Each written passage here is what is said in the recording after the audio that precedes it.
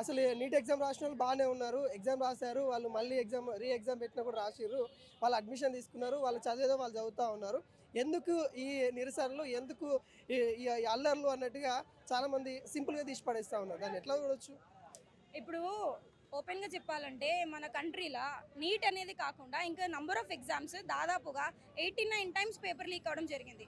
ధర్మేంద్ర ప్రధాన్ మినిస్ట్రీలోని అతను education minister ఉన్నప్పుడే NEET exam అనేది 7 సార్లు లీక్ కావడం జరిగింది. ఇదే కాదు 2024లో జరిగింది, దానికి ముందు కూడా జరిగింది. ఇప్పుడు అందరూ ఏమంటున్నారు, నరేంద్ర మోదీ నిన్న రాత్రి వచ్చి సెల్ఫీ వీడియో పెట్టి ఇట్లాంటిది ఇంకొకసారి రిపీట్ కాకుండా చేస్తామని చెప్పిండు అన్నారు. ఇది ఫస్ట్ టైం కాదు, దీనికి ముందు కూడా లీక్ అయినప్పుడు అదే మాట చెప్పాడు, ఇంకొకసారి రిపీట్ కానివ్వం. దానికి ముందు అదే చెప్పారు. బట్ స్టిల్ అన్నిసార్లు చెప్పినప్పటికీ అది లీక్ అవుతూనే ఉంది, అది రిపీట్ అవుతూనే ఉంది. విద్యార్థులు దానికి డిప్రెషన్కి గురై సూసైడ్ చేసుకుంటూనే ఉన్నారు. ఇప్పుడు ఈ సంవత్సరం గురించి మాట్లాడుకుంటే ఫస్ట్ నీట్ ఎగ్జామ్ జరిగింది.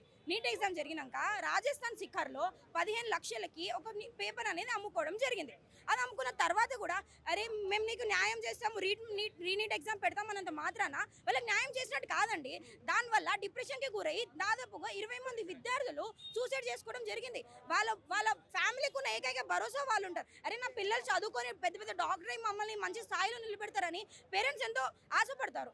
ఎక్కడెక్కడో ఉంచి వచ్చి వాళ్ళు సిటీలో ఉండి వాళ్ళు చదువుకొని కష్టపడి చదువుకొని రోజుకి ఎన్నో గంటల తరబడి చదువుకున్నాను. మరికి వాళ్ళకి వచ్చే జస్టిస్, వాళ్ళకి వచ్చే న్యాయం ఇదా? వాళ్ళంత కష్టపడి చదువుకుంటే అరే మేము చదువుకుంటాం రాయి అంటే పేపర్ లీక్ చేస్తారు.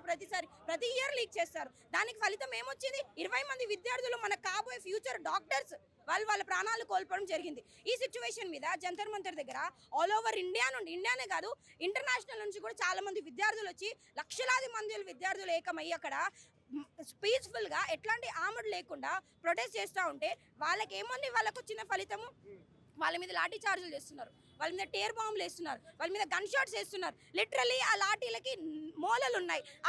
అదా వాళ్ళకి ఇచ్చేసి ట్రీట్మెంట్.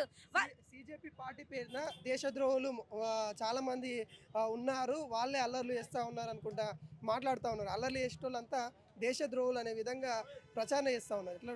ఇప్పుడు అదే మాట వాస్తవం అనుకుంటే దేశద్రోహులు వచ్చుంటే ఇప్పటికీ జంతర్ మంతర్ దగ్గర బాంబ్ బ్లాస్ట్లు అవ్వాలి.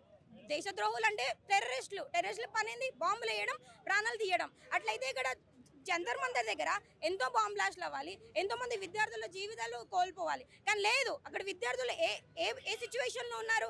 ఎవరో యాంటీ నేషనల్స్ వచ్చి వాళ్ళ మీద దాడులు చేస్తున్నారని కాదు, మన సొంత కంట్రీ, మన సొంత ప్రభుత్వాలే వాళ్ళ మీద దాడులు చేయడం జరిగింది. ఎవడో బయట వచ్చి టెర్రరిస్టులు, దేశద్రోహులు వచ్చి వాళ్ళ మీద దాడి చేసే పరిస్థితి లేదు. ఇక్కడ మన సొంత గవర్నమెంట్, మనము ఎలక్షన్ చేసి ఎన్నుకున్న గవర్నమెంటే మన విద్యార్థులకు సరైన న్యాయం చేయకపోతే మనం ఎందుకంటే దేశద్రోహులు ఎవరో వచ్చి చేశారని చెప్పడం?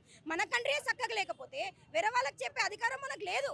ఇప్పుడు ఇంకోసారి రిపీట్ కాదు అంటే పోయిన 20 మంది విద్యార్థులు తిరిగి వస్తారా? వాళ్ళ ఫ్యామిలీకి ఒక భరోసా వస్తుందా? లేదు కదా.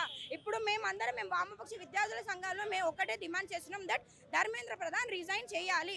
నరేంద్ర మోదీ ముందుకు వచ్చి ఎంతమంది విద్యార్థులు అయితే నష్టపోయారో, వాళ్ళని అక్రమంగా అన్యాయంగా డీటైన్ చేస్తున్నారో వాళ్ళందరూ విద్యార్థులకి న్యాయం జరగాలి అనేది మా డిమాండ్ అండి. ప్రధానంగా ఏం చెప్తా ఉన్నారంటే ఇంట్లో ఏదైనా కూలిపోతే దాన్ని మరమ్మతు చేసుకుంటాం కానీ ఆ ఇల్లుని మొత్తం కూల్చేసుకోం కదా. ఇక్కడ వ్యవస్థలో చిన్న తప్పిదం జరిగింది, ఆ తప్పిదాన్ని మళ్ళీ రిపీట్ కాకుండా, తప్పిదాన్ని మరోసారి జరగకుండా చూసుకుంటా. కానీ ఆ సంస్థను మొత్తం కొలాప్స్ చేయాలి, రాజీనామా చేయాలంటే మీకు వచ్చే లాభం ఏంటి? రాజీనామా ఎందుకు చేయాలన్నట్టుగా మాట్లాడుతున్నారు. అదే మాట్లాడుకుంటే సంస్థ మొత్తం కొలాప్స్ అవుతుంది అంటే సంస్థ మొత్తం ఆల్రెడీ కొలాప్స్ అయిపోయింది. ఇంకోసారి రిపీట్ చేయమంటే ఇది ఫస్ట్ టైం కాదు, ఇది ఆల్రెడీ చాలా సార్లు రిపీట్ అయింది. 89 టైమ్స్ రిపీట్ అయింది. 7 సార్లు ధర్మేంద్ర ప్రధాన్ మినిస్ట్రీలో రిపీట్ అయింది. ఇంకోసారి రిపీట్ చేయమంటే ఎన్నిసార్లు ఇదే మాట చెప్తారు? మేము కూడా విని లాస్ట్ టైం రిపీట్ అయినప్పుడు కూడా we didn't demanded for resignation of Dharmendra Pradhan. మేము ఇప్పుడు దాన్ని ఎందుకు డిమాండ్ చేస్తున్నాం? ఎందుకంటే ఈసారి 20 మంది విద్యార్థులు సూసైడ్ చేసుకోవడం జరిగింది. ఇంకోసారి రిపీట్ చేయమన్నంత మాత్రాన ఆ విద్యార్థులకు న్యాయం వస్తుందనేది కాదండి. ఖచ్చితంగా ధర్మేంద్ర ప్రధాన్ రిజైన్ చేయాలి. ఆయన వచ్చి ఏదో సెల్ఫీ వీడియో పెట్టినంత మాత్రాన జస్టిస్ వస్తుందని కాదు, ఇంకోసారి రిపీట్ అవ్వడం కాదు. ఇప్పుడు ఏంటంటే ధర్మేంద్ర ప్రధాన్ రిజైన్ అయ్యి ఇంకొక కొత్త ఎడ్యుకేషన్ మినిస్టర్ వస్తే ఆ కొత్త మినిస్టర్ లోపల ఒక భయం అనేది ఉంటుంది. ఆయన తప్పు చేయాలంటే ఆయన ఒక భయపడతాడు. లాస్ట్ టైం ధర్మేంద్ర ప్రధాన్ మినిస్ట్రీలో ఆయన చేస్తే ఆయనకు రిజిగ్నేషన్ వరకు తీసుకోపోయినారు. నేను కూడా అదే తప్పు చేస్తే నన్ను కూడా ఆ సిచ్యువేషన్కి తీసుకొస్తారేమో అని ఒక భయము ఆ మినిస్టర్ లోపల ఉంటుంది.